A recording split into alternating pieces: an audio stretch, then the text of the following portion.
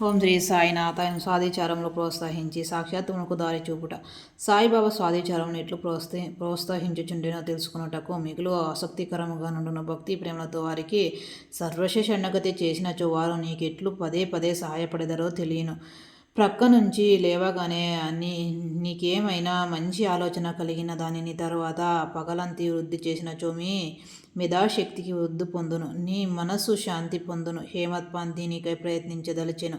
ఒక బుధవారం రాత్రి పండుకొనేటప్పుడు ఇట్లా అనుకునేను, రేపు గురువారం శుభదినము, షిరిడి పవిత్రమైన స్థలము కావున రేపటి దినమంతియు రామనామ స్మరణతోనే కాలము గడిపేదను అని నిశ్చయించుకుని పరుండెను. ఆ మరుసటి దినము లేవగానే రామనామ స్మరణ ప్రయత్నము లేకుండా జ్ఞాపికి వచ్చెను. అతడు మిల్కి సంతోషించెను.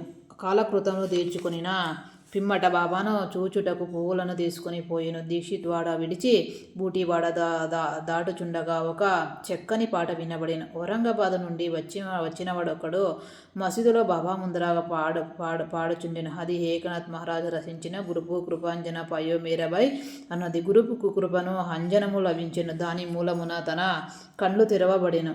నీయు దానిని తాను శ్రీరామునిలోన బయట నిద్రావస్థంలోను జాగ్రత్త స్వప్నావస్థంలోను నున్న చోట్లను చూసి తినని చెప్పాను.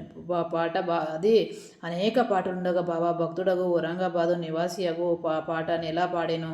ఇది సందర్భానుసారంగా బాబా చేసిన ఏర్పాట్లు కదా. వేమత్ పంతు ఆనాడంతయు రామనామస్మరణచే కాలము గడుపుట నెంచినవాడు కావున అది మనోనిశ్చయము దృఢపరచుటకై బాబా ఈ పాటను పాడించి ఉండును. రామనామస్మరణ ఫలితము గురించి మహాత్ములందరికీ ఒకే భావము. అది భక్తుల కోరికలు నెరవేర్చి వారిని కష్టం నుండి కాపాడును. ఓం శ్రీ సాయినాథార్పణమస్తు. శుభము భవతు. ధన్యవాదములు.